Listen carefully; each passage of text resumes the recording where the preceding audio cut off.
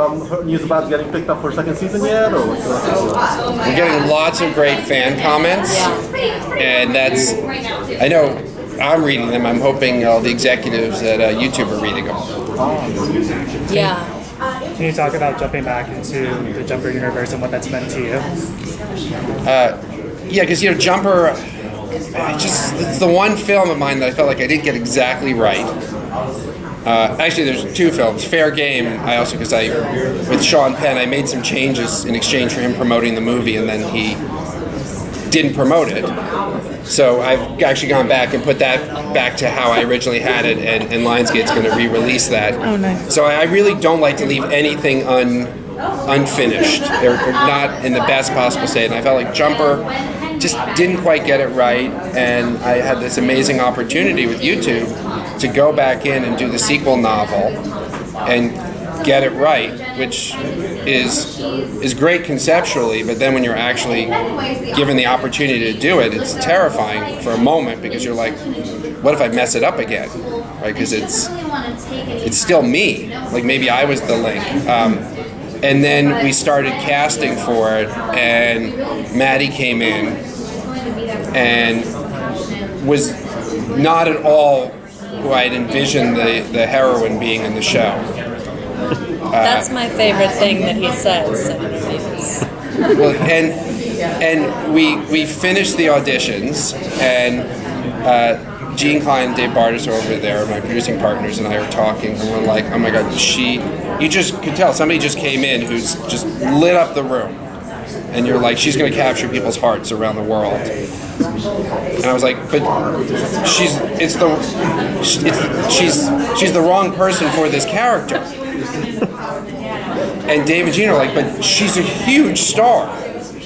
How do we not cast her? And I'm like, because if we cast her, we'd have to totally rewrite the show, because it doesn't make any sense. She wouldn't. If we cast her, I'd want the character to be this, and this. And as I'm saying that out loud, Dave and Gene are looking at me going, well, isn't that better?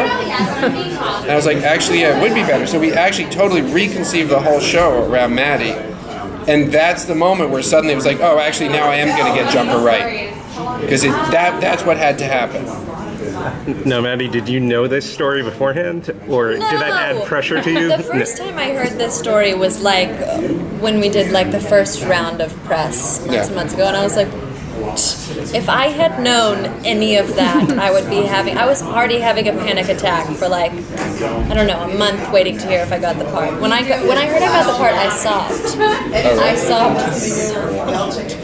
I was so happy. I wanted it so bad. I mean, for me, it changed. I had that momentary panic of like, am I going to get it right? And then it clicked. Like, and it clicked, and that was way before we started shooting, when we cast Maddie. So suddenly I was like on really solid footing, and kind of have felt on solid, each person that joined the cast, Lauren LaFranc came in as showrunner, like everybody who joined the team just sort of, we all were rowing in the same direction, and it's terrifying sort of how smoothly things went from that moment, and it all happened in that audition. fun question for you, Maddie? Just fan service question.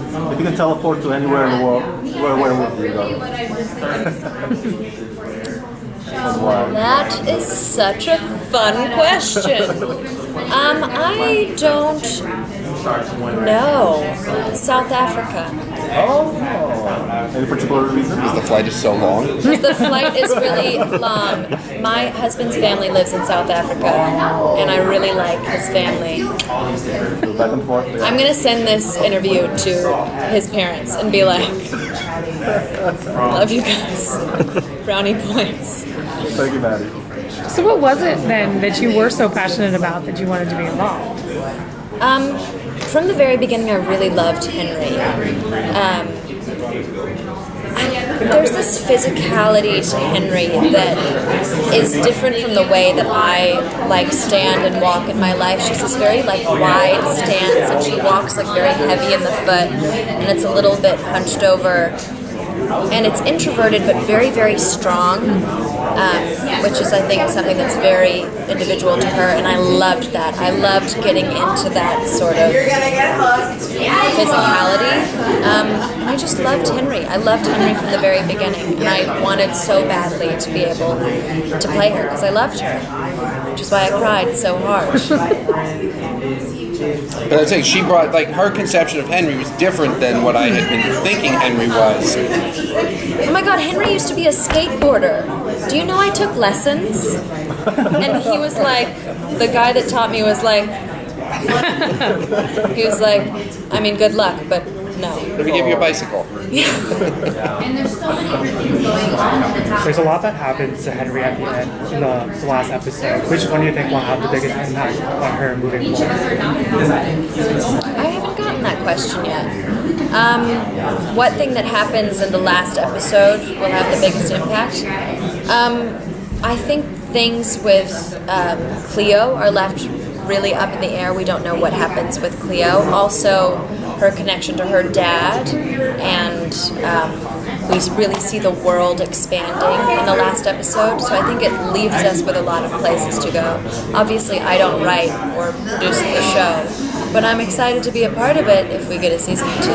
It's actually setting up something, an idea I had that I was so excited about and wanted to do in the first season, and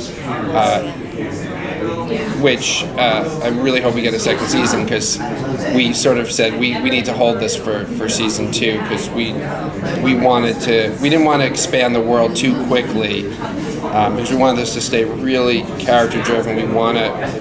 We've built this town arrested. We didn't want to just like teleport away. Thank you. Thank you, you. guys. You guys season 2. Me too. I'm gonna ask YouTube today. Where are they?